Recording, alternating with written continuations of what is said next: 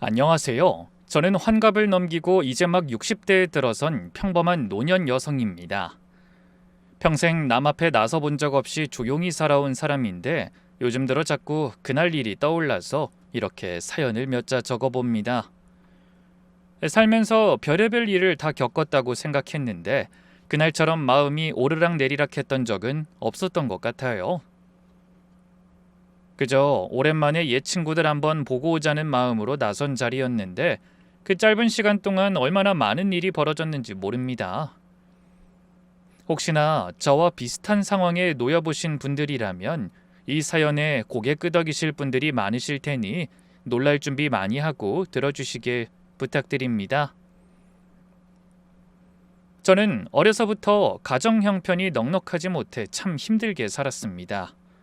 그런데 제가 전생에 죄를 많이 지었는지 그런 형편이 결혼하고도 나아지지 않았어요. 그래서 어떻게 나이를 먹는지도 모르게 바쁘게 살다 보니 어느새 환갑이라는 낯설고도 어색한 나이를 맞이하게 됐죠. 그날은 제 환갑 기념으로 아들과 조촐하게 저녁을 먹고 들어온 날이었어요. 평소에도 딸처럼 살가운 아들내미가 고생한 어미를 위해 선물도 준비하고 만난 식당에도 데려가 주더라고요. 처음에는 지인과 친척들을 불러 잔치도 하자고 하더군요. 엄마, 그래도 환갑인데 가까운 지인들이라도 초대해서 축하 인사는 받는 게 어때? 하지만 전 웃으며 손살에 쳤습니다. 아유, 축하는 무슨. 요즘 누가 환갑을 챙긴다고 그러니. 옛날에 사람들 오래 못 살 때나 그런 거지. 엄마, 괜찮아. 그냥 알아서 미역국이나 끓여 먹을 테니 괜히 신경 쓰지 마. 안 그래도 바쁜 애가. 그렇게 말했는데 아들이 그래도 서운하다며 작지만 알찬 식사 자리를 마련해 줬더라고요. 헌데 그날 즐겁게 밥을 먹고 집에 왔는데 여고 동창들이 단체 문자로 곧 동창회가 열린다는 소식을 전해왔습니다. 사실 저는 환갑이 되도록 동창회라는 곳에 한 번도 나가본 적이 없었어요. 형편이 넉넉하지 못해 늘 핑계를 대고 빠지기만 했는데 그 해에는 어쩐지 생각이 달라지더군요. 이제 나이가 나이인 만큼 옛 여고 동창들 모두 모인 자리에도 한번 나가보고 싶다는 생각이 든 거예요. 그래, 이제 동창들 다 만나서 수다 떨 수 있는 날이 많이 남지 않았을지도 몰라. 다들 여기저기 아프기 시작하면 동창회도 흐지부지 될 텐데 그러기 전에 한 번이라도 나가볼까? 그렇게 결심하고 며칠 전부터 옷장을 뒤적이며 입을 만한 옷을 골랐는데 딱히 마땅한 게 없어 보였어요. 어떤 건 너무 과한 것 같고 또 어떤 건 너무 없어 보이고 그래서 고민하다 선물 받고 한 번도 못 입고 몇 년째 걸어만 두던 정장을 꺼내 다림질까지 했습니다. 그러다 거울 앞에 서서 이리저리 옷매무새를 살피는 저 자신을 보며 혼자 웃었죠. 선보러 나가는 것도 아니고 뭐하러 이렇게 신경을 써? 그냥 초라해 보이지만 않게 입으면 되지. 뭐 이만하면 그 정도로 보이진 않을 거야? 그렇게 생각하면서도 동창의 날짜가 다가오자 은근히 마음 한구석이 편치 않았습니다. 가끔 동창들 한두 명은 따로 만난 적이 있었지만 한꺼번에 많은 사람들 앞에 나서본 적은 없어 괜히 떨리더라고요. 그래도 이번만큼은 미루지 말자고 스스로를 다독이며 집을 나섰습니다. 버스를 타고 창밖을 바라보니 머릿속으로 수많은 생각들이 스쳐가더군요. 몇십 년 만에 보는 얼굴이 대부분일 텐데 다들 나를 알아볼 수 있을까? 혹시 못 알아보면 뻘쭘해서 어쩌지? 별의별 걱정이 다 되는 바람에 약속 장소인 식당 앞에 도착해서도 선뜻 문을 열지 못하고 한참을 서성였습니다. 그러다 마음을 다잡고 문을 열고 들어서니 벌써 삼삼오오 모여 앉은 동창들이 눈에 들어왔어요. 신기하게도 그 오랜 세월이 흘렀는데도 얼굴을 보니 익숙한 이름들이 하나둘 떠오르더군요. 반가운 마음에 손을 흔들며 자리로 다가가는데 저를 알아본 몇몇 시선이 심상치가 않았습니다. 사람을 대놓고 위아래로 훑어보는 눈빛에 저도 모르게 멈칫했죠. 그 시선의 중심에는 그 애가 있었습니다. 미숙이. 저와는 악연이라는 단어 말고는 떠오르는 게 없는 애였어요. 그날도 역시나 미숙이는 반가운 척 입꼬리를 올리며 아는 척했지만 얼굴 어디에서도 진심은 느껴지지 않았습니다. 어머, 이게 누구야? 길에서 지나치면 못 알아보겠다. 너 왜 이렇게 폭삭 늙었니? 오랜만에 용기 내서 나간 동창회에서 처음 들은 인사가 늙었다는 말이라니 기분이 좋진 않았지만 저는 분위기 망치고 싶지 않아 그냥 웃으며 인사하고 넘어가려 했습니다. 미수가 오랜만이다. 근데 다들 비슷비슷한 것 같은데? 우리 이제 환갑인데 세월에 장사 없지. 하지만 상대는 그냥 넘어갈 생각이 없는지 코웃음 치며 기어이 한마디를 보태더군요. 얘는 그게 말이 되니? 세월은 똑같이 흘렀어도 다들 피부과 다니고 관리하면서 살았지. 어디 너처럼 고생한 애가 있니? 원래 초년이 힘들면 말년이 좋다는데 넌 참 말년복도 지질이 없다야. 네 얼굴에선 딱 고생만 하다 늙은 티가 나잖아. 그 말에 주변에 앉아있던 몇몇 동창들이 키득키득 웃음을 터뜨리며 한마디씩 거들었습니다.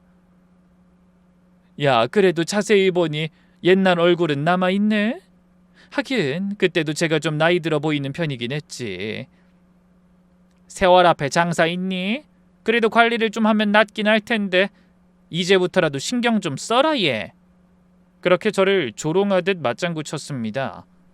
저는 농담으로 생각하려 애쓰며 미소를 지어 보이고 자리에 앉았지만 얼굴이 화끈거리는 걸 감출 순 없었죠.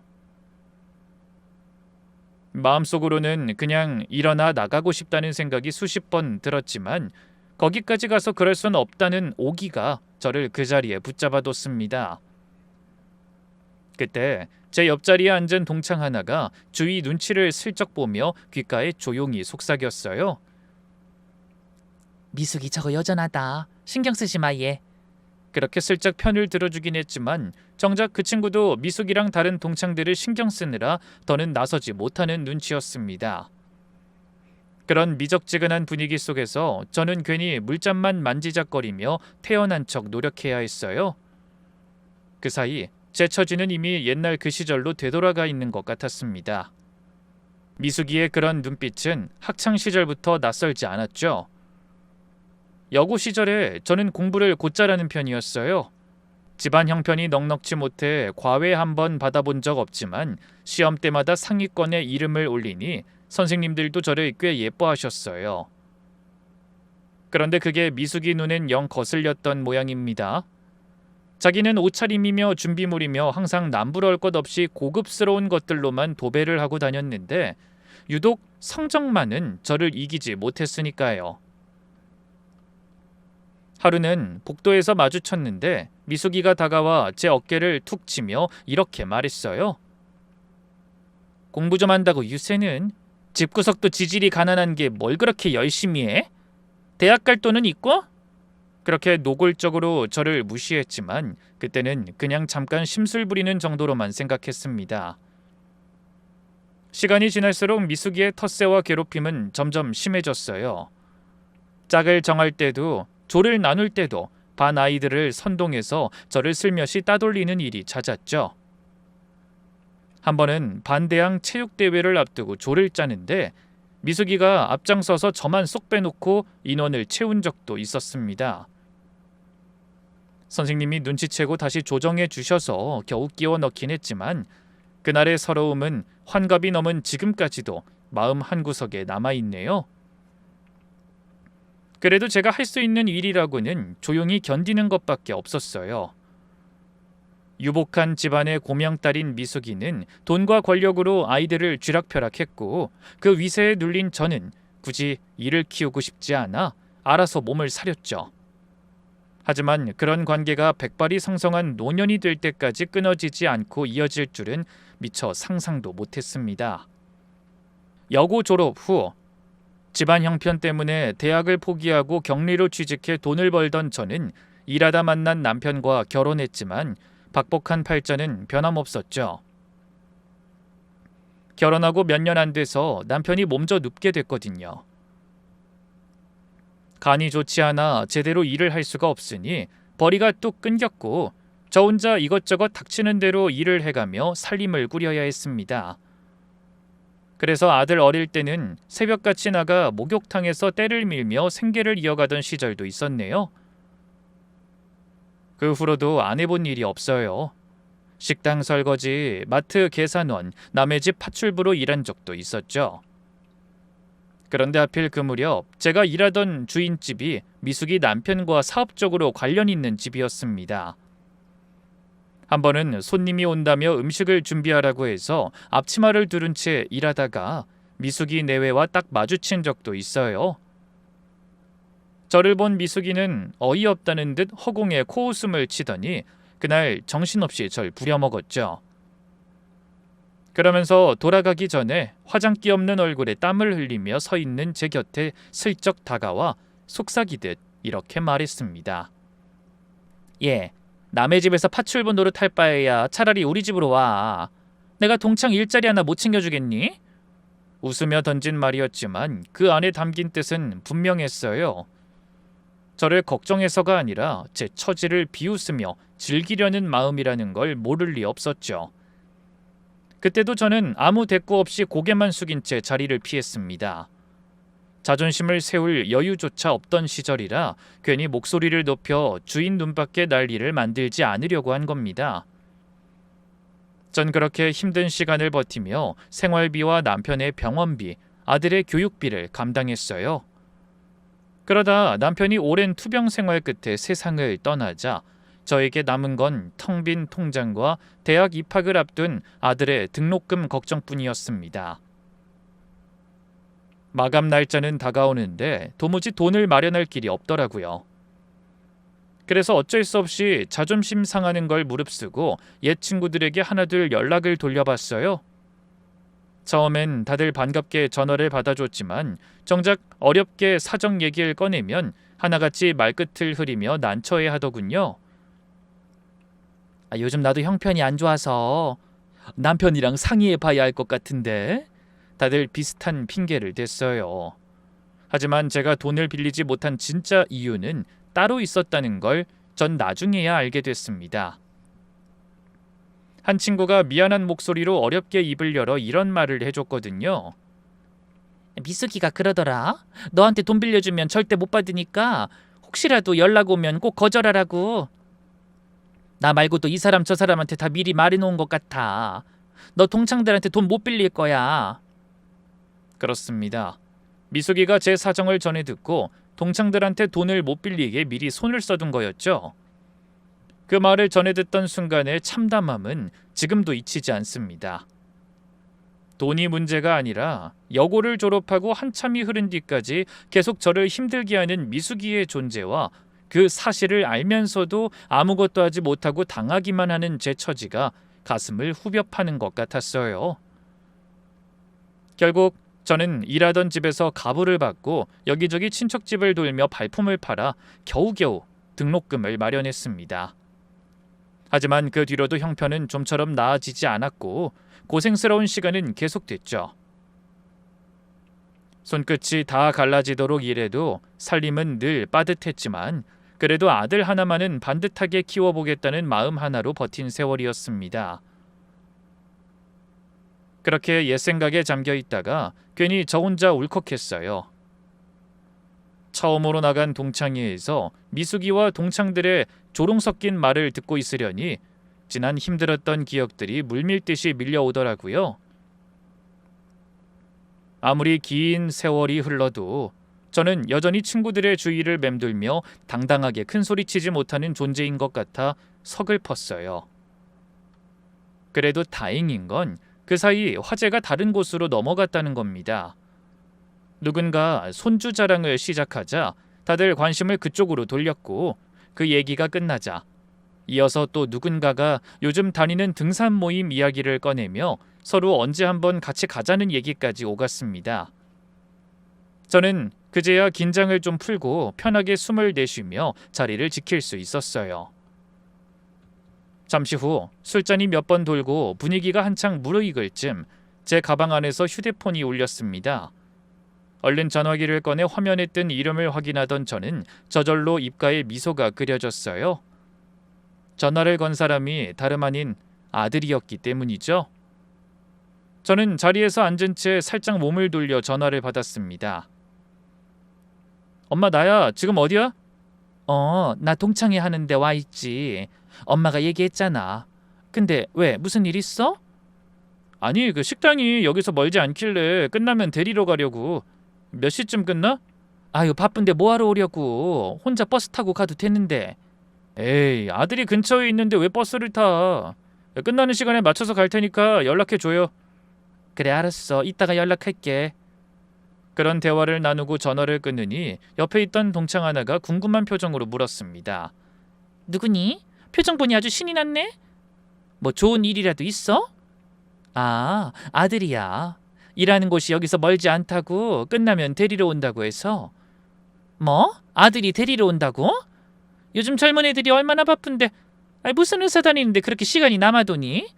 저는 대수롭지 않게 웃으며 대답하려 했지만 미숙이는 제 대답은 듣지도 않고 벌써 다음 말을 이어가고 있었습니다. 하긴 뭐 대단한 회사 다니는 것도 아닐 텐데 시간이야 남아 돌겠지.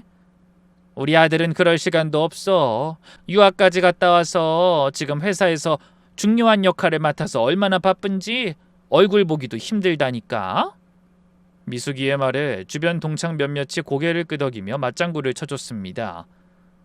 그래, 유학까지 다녀온 능력자니까 엄청 바쁘겠지. 아버지한테 경영 수업 받는다고 했던가? 그런 동창들의 반응에 신이 난 미숙이가 계속 아들 자랑을 하더니 갑자기 입꼬리를 올리며 이런 말을 꺼냈어요. 근데 너네 아들 대학은 제대로 졸업한 거니? 그 형편에 등록금 대기도 빠듯했을 텐데 어디 대학이나 나왔는지 몰라? 우리 애는 유학 가서 학위도 2개나 받아왔잖아.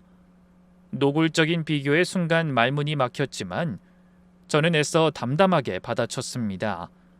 그래, 너희도 알다시피 우리 형편이 넉넉지 않아서 힘들긴 했지. 그래도 입학한 뒤로는 운 좋게 계속 장학금을 받아서 저 하고 싶은 공부는 다 했어. 그래? 아유, 다행이다. 하긴 없이 살면 노력이라도 해야지. 그래서 요즘은 뭐 하는데? 그러면서 눈을 빛내며 제 아들에 대해서도 꼬투리 잡을 게 없는지 확인하려는 얼굴이었죠. 전 그런 상대에게 굳이 아들에 대해 자세히 말하고 싶지 않아 말을 얼버무렸습니다. 그냥 조그맣게 자기 일하고 있어. 역시나 미숙이는 제 대답이 성에 안 찬다는 듯 살짝 인상을 쓰더니 다시 자기 아들 이야기로 화제를 돌리더군요. 우리 애는 유학 가서 경영학 공부를 제대로 하고 왔잖아. 지금은 그 이 회사에서 후계자 수업을 받는다고 밑에서부터 차근차근 배우는 중이야. 조만간 회사 물려받으면 규모를 더 키울 거라고. 포부가 대단해. 그 이도 아주 든든해하고 있지. 역시 유학 보낸 보람이 있다니까. 그렇게 한참 자기 아들 자랑을 늘어놓던 미숙이는 만족스러운 표정으로 술잔을 들어올리며 저를 흘낏 쳐다봤습니다. 자기 아들이 훨씬 잘났으니 어설프게 아들 자랑하지 말라는 듯한 얼굴이었죠. 그 모습에 전 별다른 대꾸 없이 그저 웃어 보였어요. 뭐 솔직히 저도 아들에 관해서만큼은 하고 싶은 말이 많았지만 똑같이 유치한 사람 되고 싶지 않아 참은 겁니다. 헌데 그 와중에 갑자기 식당 문이 드르륵 열리는 소리가 나더니 귀에 익은 목소리가 들려왔어요. 엄마, 여기 계셨네? 고개를 돌려보니 퇴근길에 정장 차림 그대로 제 아들이 나타났더라고요. 아들의 갑작스러운 등장에 저는 깜짝 놀라 자리에서 반쯤 일어섰습니다. 어머나, 너 벌써 온 거야? 천천히 와도 되는데. 아니, 할 일은 좀 남긴 했는데 인사도 드릴 겸 잠깐 나왔어요. 엄마 동창회 나온 거 처음이라 모르는 분들 많을 것 같아서. 그러더니 아들이 동창들을 보며 입가에 부드러운 미소를 지은 채 가볍게 고개 숙여 인사를 건넸습니다. 순간 웃고 떠들던 사람들이 한꺼번에 입을 다물었고 식당 안이 찬물을 끼얹은 듯 조용해졌죠. 다들 눈이 휘둥그레진 채로 말없이 눈앞에 선 청년을 열심히 훑어보기만 하더군요. 큰 키에 반듯한 자세, 부드러우면서도 예의 바른 태도에 다들 적잖이 놀란 눈치였습니다. 몇몇은 저와 아들을 번갈아 쳐다보며 눈을 동그랗게 뜨고 되묻기까지 했습니다. 정말 네 아들이야? 딱 젊은 여자들이 좋아할 상이네. 요즘 말로 아주 훈훈하다, 훈훈해. 그때 한쪽에서 누군가 낮은 탄성을 내뱉는 게 들렸어요. 어머나 잠깐만. 나 저 얼굴 어디서 봤는데? 그래 맞아. 혹시 아침 건강 프로그램에 나오는 한의사 선생님 아니야? 그 말에 여기저기서 술렁이는 소리가 들려왔습니다. 몇몇은 반신반의하는 표정으로 아들 얼굴을 다시 살폈고 몇몇은 벌써 확신한 듯 손뼉을 치며 반가워했죠. 어머 맞다. 나 그 프로 매일 아침 챙겨보는데 그 한의사 원장님이시구나. 이렇게 실제로 보니까 신기하네. 어쩐지 나도 낯이 익다 했어. 우리 남편도 그 프로 좋아해서 아침마다 같이 보거든. 화면에서도 멋있더니 실물은 훨씬 더 훤칠하고 잘생겼네. 아들은 겸연쩍은 듯 웃으며 짧게 고개를 숙였습니다. 좋게 봐주셔서 감사합니다. 그렇게 인사를 건네는 모습이 어찌나 어른스럽던지 곁에서 지켜보던 저는 괜히 가슴이 뭉클해지면서도 한편으로는 너무나 뿌듯했어요. 그때 동창 하나가 반색하며 저에게 묻더군요. 예, 그럼 네 아들이 한의원 원장이었던 거야? 정말 부럽다. 나 요즘 무릎이 영 시원찮은데 나도 한번 가봐도 될까? 그 말에 저는 웃으며 조심스레 대답했습니다. 지금 예약해도 아마 3개월은 기다려야 할 거야. 워낙 찾는 분들이 많아서. 3개월씩이나? 하긴 방송에 나오려면 좀 실력이 좋아야 하는 게 아닐 텐데. 그럴만하지. 그래도 친구 좋다는 게 뭐니? 네 힘으로 덜 기다리게 좀 해줄 순 없는 거야? 그 말을 듣던 다른 동창도 끼어들더군요. 나도 진작 알았으면 연락했지. 우리 딸이 결혼하고 3년째 애가 없잖아. 안 그래도 한약 좀 먹여보려던 참인데. 얘, 너 그동안 왜 이런 얘기 한마디도 안 했어? 동창 중에 아는 사람이 아무도 없었나 봐. 전 이때다 싶어 조용히 웃으며 미숙이 들으라는 듯 큰 소리로 대답했습니다. 난 자식 자랑하는 게 영 나 부끄러워서 말이야. 뭐 대단히 해준 것도 없는데 자기 힘으로 노력해서 이만큼 성공한 거라. 내가 그럴 자격이나 있는지 모르겠어. 그리고 솔직히 아들 얘기하면 자꾸 선보라는 말도 많고 좀 부담스럽더라고. 제가 웃으며 대답하자 동창들은 서로 눈빛을 주고받으며 고개를 끄덕였습니다. 그 순간 저는 확실히 느꼈어요. 조금 전까지 저를 비웃으며 아래 위로 훑어보던 시선들이 단박에 감탄 섞인 부러움의 눈빛으로 바뀌고 있다는 걸 말이죠. 그 순간부터 여기저기서 칭찬이 쏟아지기 시작했습니다. 예, 너 자식 농산 제대로 지었구나. 다 커서도 부모한테 빌붙어 사는 애들 천지인 세상에 아들이 저렇게 반듯하게 큰 게 가장 큰 복이지. 맞아. 형편도 어려웠는데 애 하나는 잘 키웠다. 부럽다 정말. 솔직히 우리 막내는 아직도 취직을 못해서 속삭이고 있거든. 이래서 인생은 끝까지 살아봐야 안다는 건가 봐. 초년운이 나쁘면 말년운이 좋다더니 그 말이 딱 맞네. 젊어서 고생한 걸 이렇게 보상받나 보다. 네 인생이야말로 대박이네, 대박. 그러게 우리 나이에 자식 잘 되는 것보다 더 중요한 게 어딨니? 아무리 열심히 재산 읽어봐라. 애 정신 못 차리면 하루아침에 집안 거덜나고 쪽박 차는 거 일도 아니더라. 곳곳에서 들려오는 칭찬 세례에 저는 뿌듯하면서도 얼굴이 붉어져 몸둘 바를 모르겠더라고요. 난 아무것도 해준 게 없어서 그런 칭찬 들을 자격도 없어. 그냥 우리 아들이 밤낮 없이 공부해서 다 스스로 이룬 거지. 한의원도 친한 선배가 하던 거 물려받아서 알아서 개원하고. 애가 혼자 쓴 거지 난 정말 한 게 없어. 말은 그렇게 했지만 속으론 얼마나 자랑스럽고 기분이 좋던지 숨기기 힘든 기쁨이 가슴 가득 차올랐습니다. 조금 전까지도 미숙이와 동창들의 공격에 기가 눌려있던 저였는데 아들의 등장 한 번으로 대번에 부러움의 대상이 됐다는 게 낯설면서도 묘하게 가슴 벅차더군요. 아들은 몇 마디 더 인사를 나누고는 편하게 마저 얘기 나누시라는 말을 남기고 자리를 떴습니다. 엄마, 아직 할 얘기 많은 것 같으니까 난 다시 병원에 가 있을게요. 논문 준비할 게 있어서 책 좀 봐야 하거든요. 끝나면 연락해요. 다시 데리러 올게요. 저는 고개를 끄덕이며 아들의 뒷모습을 흐뭇하게 바라봤죠. 그 후로도 제 아들의 등장으로 후끈 달아오른 동창회의 분위기는 좀처럼 가라앉지 않았습니다. 다들 저를 다시 보는 듯한 눈빛과 조금 전과는 사뭇 다른 태도로 말을 건네오더군요. 예, 너 사는 게 그렇게 힘들었다더니 이렇게 보상받나 보다? 맞아. 사람 앞날은 정말 모르는 거야. 이제 노년에 호강할 일만 남았잖아. 초년이 좋고 말년이 후진 것보다는 그 편이 훨씬 나은 것 같아. 아우, 부럽다, 부러워. 그런 말들이 오가는 사이 전 그저 말없이 웃으며 고개를 끄덕였습니다. 아들 덕분에 가시방석 같던 동창회 자리가 순식간에 편안해진 기분이었어요. 그런데 그 화기애애한 분위기 속에 유독 표정이 굳어있는 한 사람이 있었습니다. 바로 미숙이었죠. 조금 전까지 자기 아들이 후계자 수업을 받는다며 큰소리치던 기세는 온데간데 없고 입꼬리만 어색하게 올라간 채 애써 태어난 척 웃고 있더군요. 저는 그 눈빛에서 오래전부터 보아온 익숙한 감정을 읽을 수 있었습니다. 자기가 주도하던 분위기를 빼앗겼다는 불편함, 그리고 그걸 다시 뒤집어야겠다는 조급함 같은 것이었죠. 아니나 다를까 미숙이가 술잔을 만지작거리다 슬쩍 입을 열었습니다. 그러게 말이야. 너 예전에 아들 등록금 때문에 여기저기 손 벌리고 다니느라 참 힘들었잖아.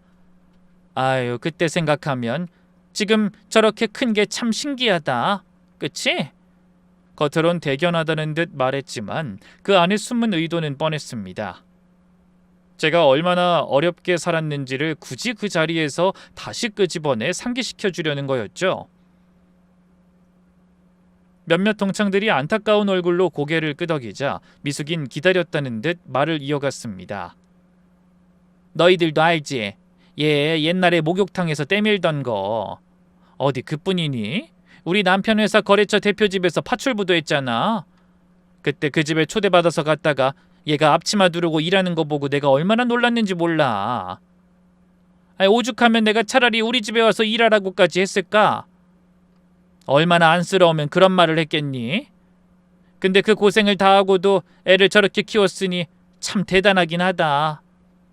동창들 몇몇은 그 말을 듣고 절 안쓰럽게 바라봤지만 몇몇은 미숙이의 속내를 눈치챈 듯 미묘한 표정을 지었습니다.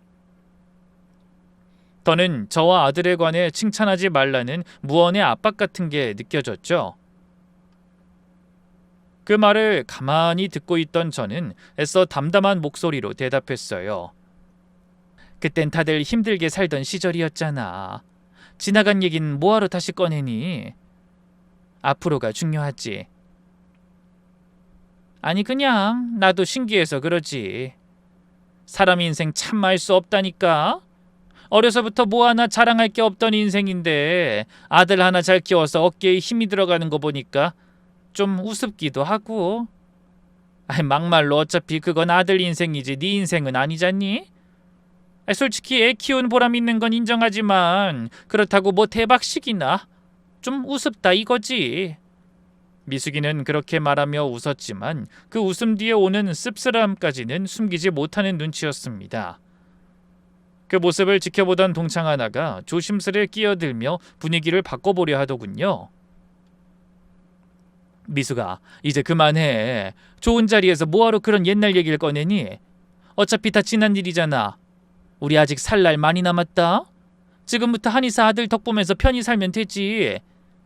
그 말에 미숙이가 순간 멈칫했지만 이내 아무렇지 않은 척 잔을 들며 못 들은 척했습니다. 그러면서도 곁눈질로는 계속 저를 흘끔거리는데 그 눈빛에 여전히 뭔가 못마땅한 기색이 역력했어요. 전 굳이 그 얼굴을 마주보지 않고 고개를 돌리고 조용히 물잔을 들어 목을 축였습니다. 예전 같으면 그 말 한마디에 또다시 위축됐을지 모르지만 그날만큼은 마음이 크게 흔들리지 않더군요.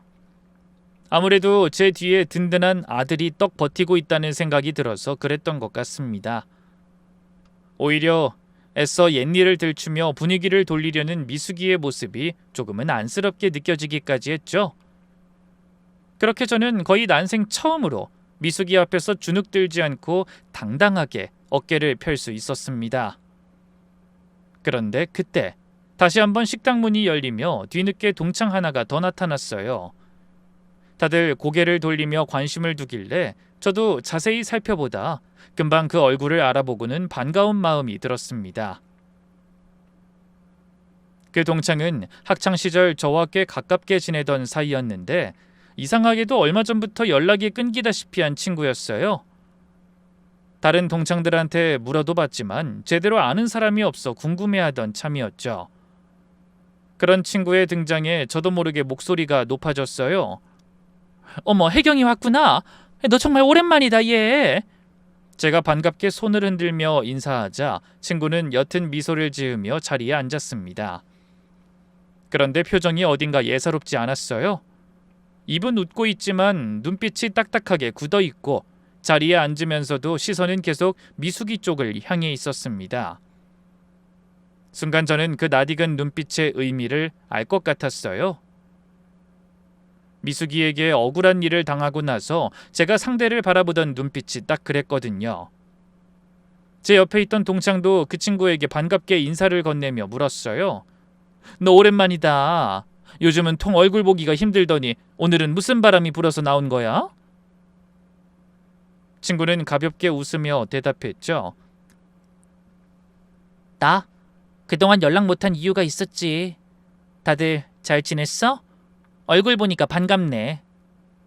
겉으론 아무렇지 않은 듯 인사했지만 자리에 앉은 내내 친구의 시선은 계속 미숙이 쪽에 머물러 있었습니다. 몇몇 동창이 이상한 낌새를 차렸는지 슬쩍 그 친구와 미숙이를 번갈아 보며 심상치 않은 표정을 지었어요.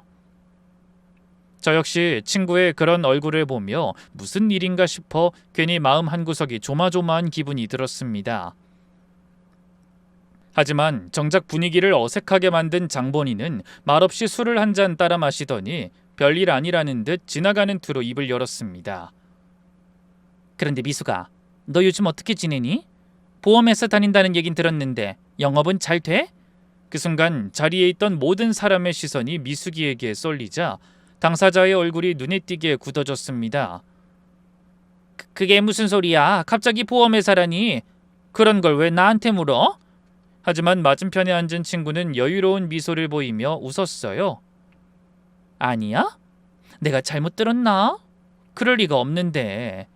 너 우리 그이가 너희 남편 회사에 다니던 거 까먹었니? 그 회사가 갑자기 인원 감축한다고 멀쩡히 일 잘하던 사람들 퇴직금도 제대로 안 챙겨주고 자르는 바람에 내가 얼마나 개고생하면서 산 줄 알아? 친구의 거침없는 폭로로 순식간에 식당 안이 숨소리가 하나 들리지 않을 만큼 고요해졌습니다. 다들 그 친구와 미숙이를 번갈아 쳐다보며 숨을 죽였죠. 미숙이는 새하얗게 질린 얼굴로 더듬거리며 말했어요. 그건 회사 경영관리 차원에서 어쩔 수 없이 능력 부족한 직원 위주로 내보낸 거지. 그러게 네가 내조를 좀 잘하지 그랬니? 네 남편이 능력 있었으면 그렇게 될 리가 있어? 하지만 그 친구는 어이가 없다는 듯 헛웃음을 터뜨리며 큰 소리로 외쳤습니다. 경영관리는 무슨? 너희 남편 회사 얼마 전에 완전히 문 닫았잖아. 횡령에 자금난에 손쓰기 힘들 정도로 망가져서 결국 부도 처리된 거 세상이 다 아는 사실인데 어디서 손바닥으로 하늘을 가리려고 해? 그 말을 들은 동창 하나가 조심스럽게 끼어들었어요. 문을 닫다니? 그럼 미숙이 남편 회사가 망했다는 거야? 아니 그렇게 잘 나간다고 자랑하더니 이게 갑자기 무슨 일이니? 자세히 좀 말해봐. 내가 말한 그대로야. 제 남편 회사 쫄딱 망해서 미숙이 저 나이에 보험팔로 다닌다는 소문이 옛날 직원들 사이에 파다하다니까? 근데 그 망한 이유가 뭔지 알아? 대표 아들이 회사 돈에 손을 대서 그 돈으로 엄청난 액수의 도박을 한 거야. 그것 때문에 회사가 자금난에 빠지고 대표 아들이 범죄를 저질렀다는 소문 때문에 거래처도 다 등을 돌린 거지. 생각지도 못한 놀라운 말에 저를 포함해서 그 자리에 있던 모든 동창이 기함했습니다. 하지만 정작 소문의 당사자인 미숙이는 사색이 된 채 입술만 꼭 깨물고 있을 뿐 한마디도 해명하지 못했어요. 그러자 그 친구가 또다시 목소리를 높여 미숙이를 향해 비난하듯 소리쳤죠. 얘가 돈 퍼부어가며 외국 유학까지 보냈다고 자랑하던 아들, 그 일로 구속까지 된 것도 다들 모르고 있지? 미숙아, 너 아니면 아니라고 한마디라도 해봐. 맨날 아들 자랑할 땐 신나서 떠들더니 이럴 땐 왜 입 꾹 다물고 아무 말도 못하는데? 하지만 미숙인 여전히 얼어붙은 채 말이 없었고 친구는 속이 타는 듯 앞에 놓인 컵을 들어 물을 벌컥벌컥 들이켰어요. 그리고 또다시 그간의 일을 털어놨죠. 남 괴롭히면서 욕하고 다닐 시간에 자식 교육이나 똑바로 시키지 그랬어. 네 아들 때문에 멀쩡히 일 잘하던 죄 없는 직원들이 얼마나 힘들었는지 알아? 회사가 망해서 퇴직금도 제대로 못 받고 하루아침에 실업자가 됐다고. 우리 그이는 충격받고 쓰러져서 병원 신세지지. 돈은 없지. 내가 그동안 무슨 정신으로 산 줄 알아? 그 말이 나온 순간 여기저기서 깊은 탄식이 터져나왔습니다. 조금 전까지 미숙이 아들이 유학까지 다녀와 후계자 수업 받는다며 부러워하던 동창들의 얼굴이 하나같이 얼어붙었죠. 그 상황에서도 미숙인 아무 말하지 못한 채 입술만 떨고 있었습니다. 옆에 있던 동창 하나가 믿기지 않는다는 얼굴로 되물었어요. 너 지금 한 말이 다 사실이야? 미숙이 아들이 회사 돈을 빼돌려서 도박을 했다고? 그래서 감옥까지 갔다는 거야? 그래, 엄청난 자금을 빼돌려서 불법 도박으로 다 날렸지. 그것 때문에 거래처들 사이에 소문이 쫙 퍼지고 자금 굴리던 은행에서도 등을 돌리고 결국 회사가 통째로 부도난 거야. 미숙이가 자식 교육 똑바로 못 시킨 죄로 얼마나 많은 사람들이 피눈물 흘리며 살고 있는지 아니? 결국 분노를 참지 못한 친구가 눈물을 보이자 그 옆에 앉아있던 동창 하나가 미숙이를 향해 비난의 말을 퍼부었습니다. 아니 미숙아, 이게 다 사실이야? 근데 넌 지금 여기 와서 뭐 하는 거니? 조금 전까지 네 아들 유학 다녀와서 후계자 수업 받는다고 큰 소리 떵떵 친 거 아니야? 도대체 금방 탄로날 거짓말을 왜 한 거니? 예전에도 그런 줄은 알았지만 너 참 뻔뻔하다. 그래도 미숙이는 아무 대꾸하지 못했습니다. 그 모습을 지켜보던 동창들 사이에서 웅성거림이 점점 커지더군요. 어머나 황당하다. 조금 전까지 아들 자랑 그렇게 하더니 그럼 제가 보험 판다는 것도 진짜야? 형편이 그렇게 어려워진 건가? 어쩐지 아까 애 아버지 회사 얘기 나올 때 표정이 이상하다고 했더니 어머 설마 우리한테도 보험 들라고 하려던 건 아니겠지? 여기저기서 동창들이 한마디씩 보태자 미숙이의 얼굴은 점점 더 벌겋게 달아올랐습니다. 애써 태연한 척하려 해도 손끝이 미세하게 떨리는 게 눈에 보일 정도였죠. 그런 미숙이를 공격하던 친구가 다시 입을 열었어요. 이게 다 네가 그동안 저지른 일에 대한 업보야. 너 그동안 얼마나 많은 사람들을 발밑에 놓고 깔보고 괴롭히면서 살았니? 형편 어렵다고 사람 무시하고 돈 자랑하면서 기죽이고 솔직히 여기서 미숙이 네 눈치 안 보고 학교 다닌 애들이 있는 줄 알아? 다들 눈밖에 날까봐 아무 말도 못했지만 네가 얼마나 못돼 먹은 인간인지 모르는 사람 없어. 그런 친구의 말에 그 자리에 있던 동창들이 하나같이 고개를 숙이거나 헛기침하며 꿀먹은 벙어리처럼 아무 말도 못했습니다. 친구의 말은 거기서 끝이 아니었죠. 나도 전생에 죄가 많아서 늙음하게 이런 일을 당한 거겠지만 어디 미숙이 너만 하겠니? 내 자식은 없이 살았어도 정신은 똑바로 박혀있거든. 근데 넌 이제 도박 중독 때문에 회사 말아먹고 집안 망친 아들 옥바라지 나면서 노년을 보내게 생겼잖아. 안 그래? 그 말에 더는 참을 수 없는지 미숙이가 이를 갈며 소리쳤습니다. 야, 너 말이 너무 심한 거 아니니? 남의 집안 사정을 그렇게 함부로 떠벌리다니 이거 명예훼손이라는 거 몰라? 명예훼손? 그래, 어디 고소하려면 해봐. 내가 없는 말 했어? 이건 그냥 너희 집안일이 아니야. 수많은 직원이 너희 가족들 때문에 고통받고 있다고. 그리고 다른 사람도 아니고 네가 어떻게 그런 소리를 하니? 그런 친구의 말에 미숙이가 뜨끔한 얼굴로 또 입을 다물었습니다.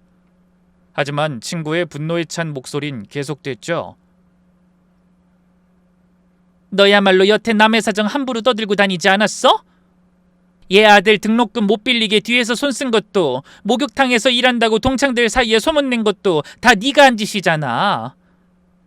나도 학교 다닐 때 너한테 얼마나 서러운 일을 많이 당했는데 환갑 지났다고 그런 걸 다 잊을 수 있는 줄 알아? 그쯤 되자 식당 안이 완전히 정적에 휩싸였습니다.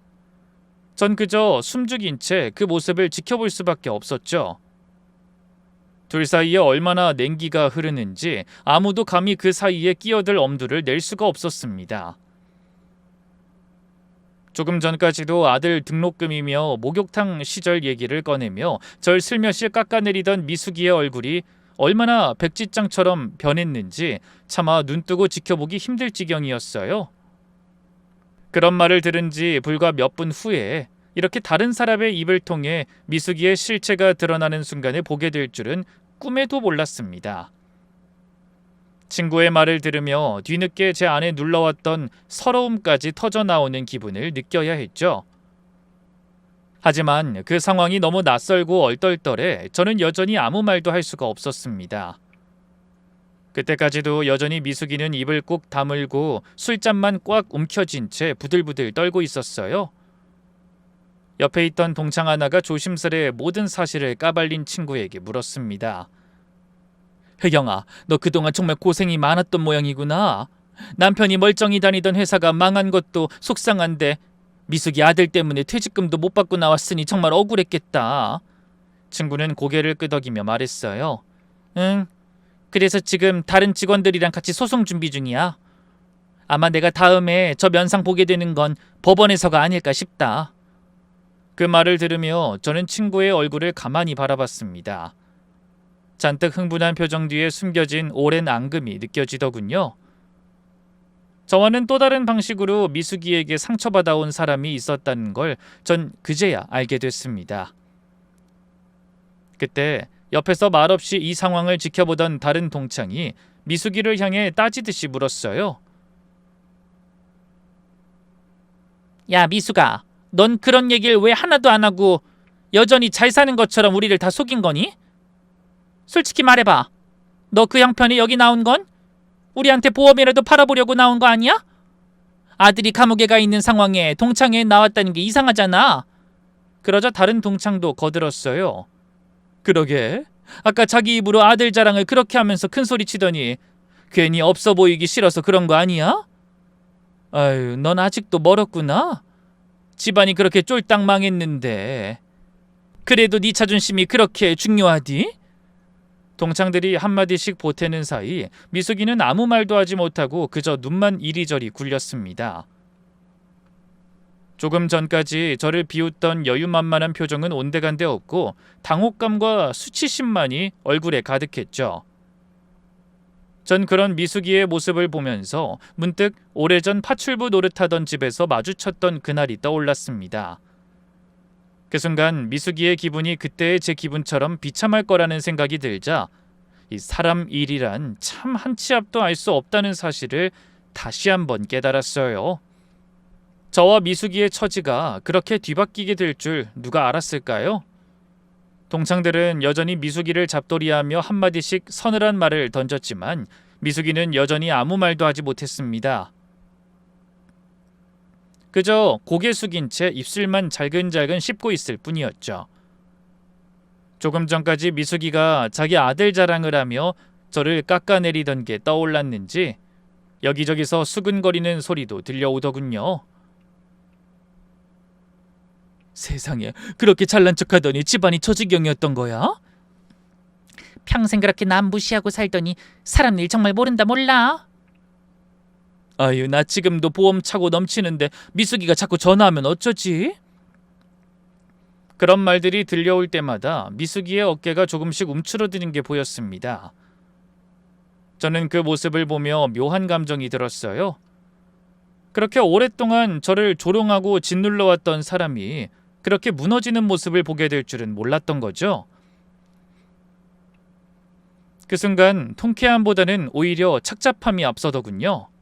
하지만 그와 동시에 그동안 애써 외면해왔던 제 안의 분노와 서러움이 조금씩 풀려나가는 듯한 기분도 들었습니다. 그렇게 한동안 테이블 위에는 무거운 침묵이 내려앉았고 다들 어찌할 바를 모른 채 서로 눈치만 살피고 있었어요. 그 침묵 속에서 얼굴이 점점 허옇게 질려가던 미숙이가 드디어 주섬주섬 가방을 들며 어색하게 말했습니다. 저기, 오늘은 분위기가 좀 이상하게 흘러간 것 같으니까 다음에 또 만나자. 나는 급한 일이 생각나서 먼저 가봐야 할 것 같아.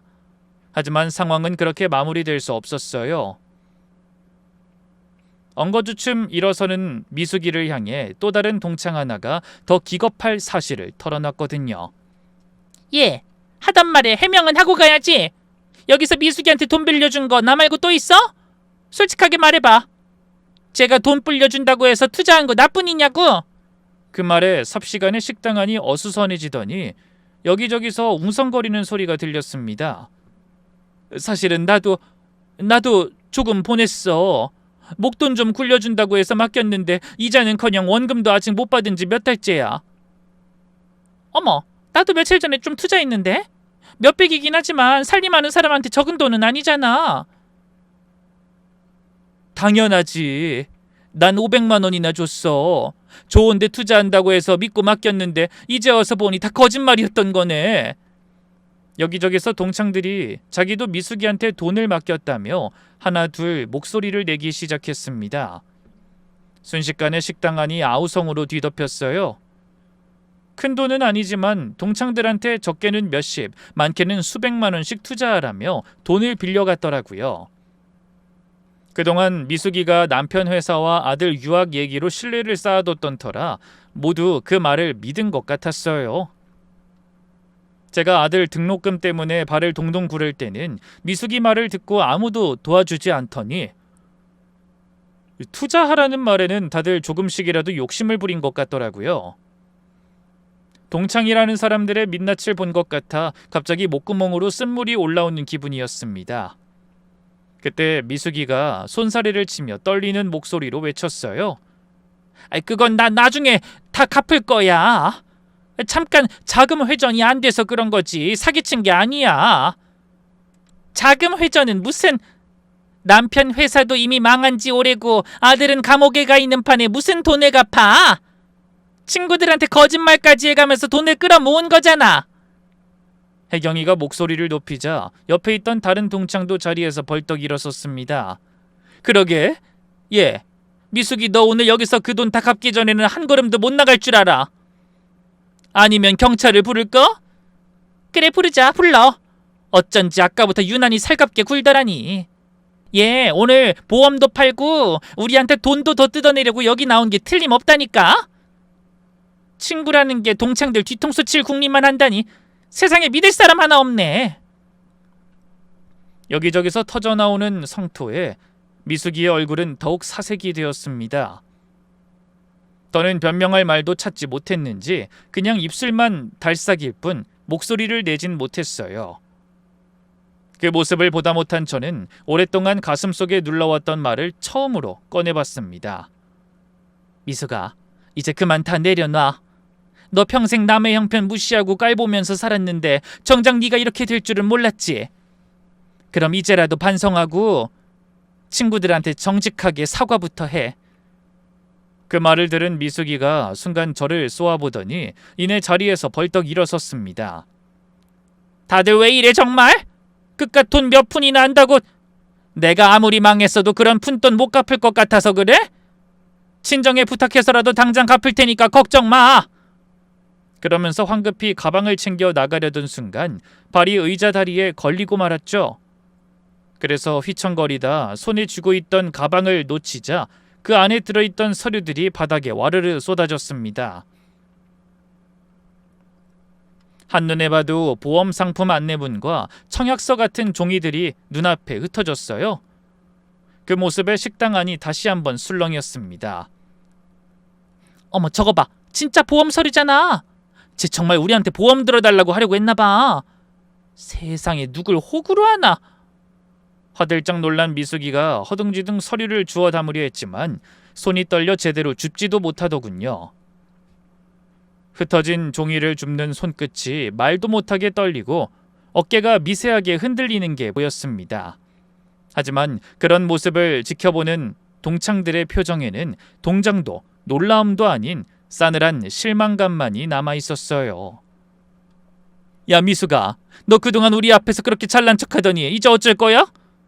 말만 하지 말고 당장 돈부터 갚아. 이래서 사람은 마음을 곱게 써야 하는 거야. 그렇게 자기밖에 모르더니 지금 이 꼴을 보니까 나도 이제야 정신이 번쩍 든다. 미숙아, 차라리 우리한테는 솔직히 털어놓고 도와달라고 하지 그랬어? 그럼 다들 조금씩이라도 도와줬을 텐데 이게 무슨 황당한 짓거리야? 그깟 자존심이 뭐라고? 하지만 미숙이는 그 말에 한마디도 대꾸하지 못한 채 바닥에 떨어진 서류를 대충 주워 가방에 쑤셔 넣었어요. 그리고 고개 한번 제대로 들지 못하고 도망치듯 식당을 빠져나갔습니다. 문이 닫히는 소리와 함께 식당 안에는 한동안 무거운 침묵만 흘렀어요. 그러다 처음 미숙이의 비밀을 폭로했던 친구가 그 정적을 깨며 무거운 목소리로 말했습니다. 다들 조심해. 예정 생각해서 믿었다가 큰일 당하고 후회해봐야 소용없으니까. 겉으로 잘 사는 척한다고 다 믿을 게 못 되는 거야. 동창들은 하나같이 고개를 끄덕이며 씁쓸한 표정을 지었습니다. 몇몇은 서로 얼굴을 마주보며 어떻게 돈을 받아내야 할지 심각하게 얘기 나누기 시작했죠. 옆에 있던 동창 하나가 저에게도 조심스레 물었습니다. 넌 괜찮니? 혹시 너도 미숙이한테 뭐 부탁받은 거 없어? 보험이든 돈이든. 아니, 나한텐 그런 얘기 한 번도 안 했어. 애초에 내가 걔 부탁을 들어줄 처지라고 생각하지도 않았겠지. 하긴 그렇네. 너를 그렇게 못 잡아먹어 안달하더니 그 벌을 이제 다 받나 보다. 힘들게 키운 자식 때문에 말년 운트인 너랑 어떻게 저렇게 정반대니? 자식 하나 잘못 키워 집구석이 난리도 아니잖아. 그러더니 허탈하게 웃었습니다. 그날 동창회는 그렇게 얼떨떨한 분위기 속에서 마무리됐어요. 잠시 후 다시 저를 데리러 온 아들의 차를 타려고 돌아서는 저를 향해 친구들은 저마다 부러운 눈빛을 보내왔죠. 집으로 돌아오는 내내 그 하루에 있었던 일들이 마치 꿈처럼 아득하게 느껴졌습니다. 평생 저를 무시하고 짓눌러 왔던 미숙이가 그렇게 한순간에 무너지는 모습을 직접 보게 될 줄은 상상도 못했으니까요. 그 후로 몇 달의 시간이 흘렀습니다. 동창들 사이에서는 이런저런 소문이 돌았어요. 미숙이가 여러 동창에게 돈을 빌린 일로 곤욕을 치르며 차용증을 써주고 조금씩 갚아나가기로 했다는 소식이 들려왔죠. 알고 보니 부유하던 친정도 몇 년 사이에 여러 가지 일이 겹치며 사실상 망한 거나 다름없더라고요. 그 바람에 그동안 미숙이의 기세만 믿고 절 모른 척하던 동창들도 그 나름의 소가리를 하게 된 모양이었어요. 그런데 엎친 데 덮친 격으로 미숙이는 보험 실적도 별로 좋지 않았던 것 같더군요. 계속 꼴찌를 면치 못하다 결국 잘렸다는 얘기가 들려왔거든요. 그 뒤로는 어느 건물에서 청소 일을 하며 지낸다는 얘기까지 전해 듣게 됐습니다. 저는 한 사람의 인생이 어떻게 나락으로 떨어지는지 똑똑히 지켜보게 된 기분이었어요. 그러던 어느 날 미숙이한테 저 못지않게 원한이 많은 혜경이가 전화로 이런 말을 전했습니다. 예, 너 요즘 미숙이 소식 들었니? 아니, 나야 뭐 딱히 궁금하지도 않고. 나 오늘 기가 막힌 소식 들었잖아. 걔 실적 바닥이라 보험회사에서 잘렸다는 말 들었는데 글쎄 그 뒤로 건물 청소하러 다닌단다. 천하의 김미숙이.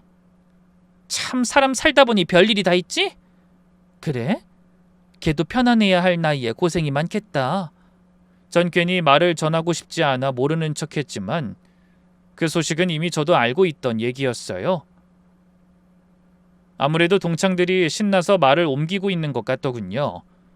하지만 저는 아무 동요 없이 제 인생을 열심히 살아가기 위해 노력했습니다. 제가 보아온 대로 이 사람 일이라는 건 알 수 없으니 당장은 걱정 없는 저에게도 언젠가는 힘든 상황이 닥칠지 모른다는 생각이 들더라고요.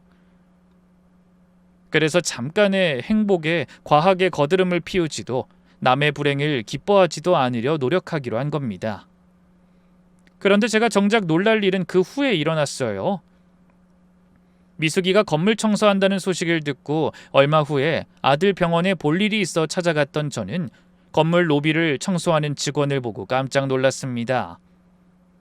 대걸레를 든 채 열심히 바닥을 닦고 있는 낯익은 얼굴이 눈에 들어온 겁니다. 순간적으로 심장이 덜컥 내려앉는 기분이었어요. 가까이 다가가 보니 역시나 미숙이었죠. 예전에 그 화려하던 모습은 온데간데 없고 허름한 작업복 차림에 지친 얼굴을 하고 있었어요. 그러다 저를 발견하고 눈이 커지더니 이내 황급히 고개를 숙이더군요. 저는 순간 어떻게 반응해야 할지 몰라 그 자리에 잠시 멈춰 섰습니다. 다가가 아는 척을 해야 할지 모르는 척 지나쳐야 할지 갈피를 잡을 수 없더라고요. 미숙이 역시 저와 눈이 마주친 순간 들고 있던 대걸레를 놓칠 뻔할 정도로 당황한 기색이 역력했습니다. 짧은 순간 지난 세월이 머릿속을 스쳐가더군요. 예전에 앞치마를 두른 채 파출부의 신분으로 미숙이 앞에서 고개를 들지 못하던 제 모습이 떠오른 겁니다. 반대로 환갑이 넘은 나이에 미숙이가 제 앞에서 청소복 차림으로 고개를 들지 못하고 있다는 사실이 새삼 가슴을 울리는 것 같았어요. 솔직히 순간적으로 고민했습니다. 그때 미숙이가 절 조롱했듯이 저도 상대를 실컷 조롱할 수 있는 절호의 기회였으니까요. 하지만 저는 잠시 고민하다 그저 가볍게 목례만 하고 조용히 발걸음을 옮겼습니다. 뒤돌아보지 않았지만 등 뒤로 미숙이의 시선이 오래도록 머무는 게 느껴졌어요. 그렇게 돌아선 이유는 딱 하나였습니다. 미숙이가 불쌍해서도 제가 우아해 보이고 싶어서도 아니었죠. 그저 저를 보고 어쩔 줄 모르고 당황하는 그 비참한 얼굴에서 상대가 충분히 지난 날에 대한 죗값을 치르고 있다는 생각이 들었기 때문입니다. 사실 이 나이에 자식 잘못 키운 죄로 대걸레나 들고 다니는 모습을 자기가 그렇게 무시하던 친구 앞에서 들켰는데 그보다 더 괴로운 형벌이 또 있을까 싶더라고요. 그날 그 건물을 나서며 저는 문득 이런 생각이 들었습니다. 평생 남을 짓밟고 살면 언젠가는 그 대가를 치르게 되는 법이라고 말이죠. 저를 향해 늘 날이 서 있던 그 눈빛과 말투들이 인생의 황혼기가 되어 자신에게 되돌아올 줄은 미숙이 자신도 몰랐을 겁니다. 아마 오늘도 저를 괴롭히며 즐거움을 느끼던 그 인간은 거울 속에 비친 초라한 자기 모습을 보며 피눈물을 흘리고 있겠죠. 하지만 저는 지난 세월의 서러움을 뒤로하고 어디 내놔도 부끄럽지 않은 아들과 함께 앞으로의 날들을 힘차게 걸어갈 겁니다. 그럼 이 사연이 오늘 함께하신 모든 분의 가슴에 작은 울림이라도 남겼길 바라며 저는 이만 물러가겠습니다. 긴 사연 들어주셔서 정말 감사합니다.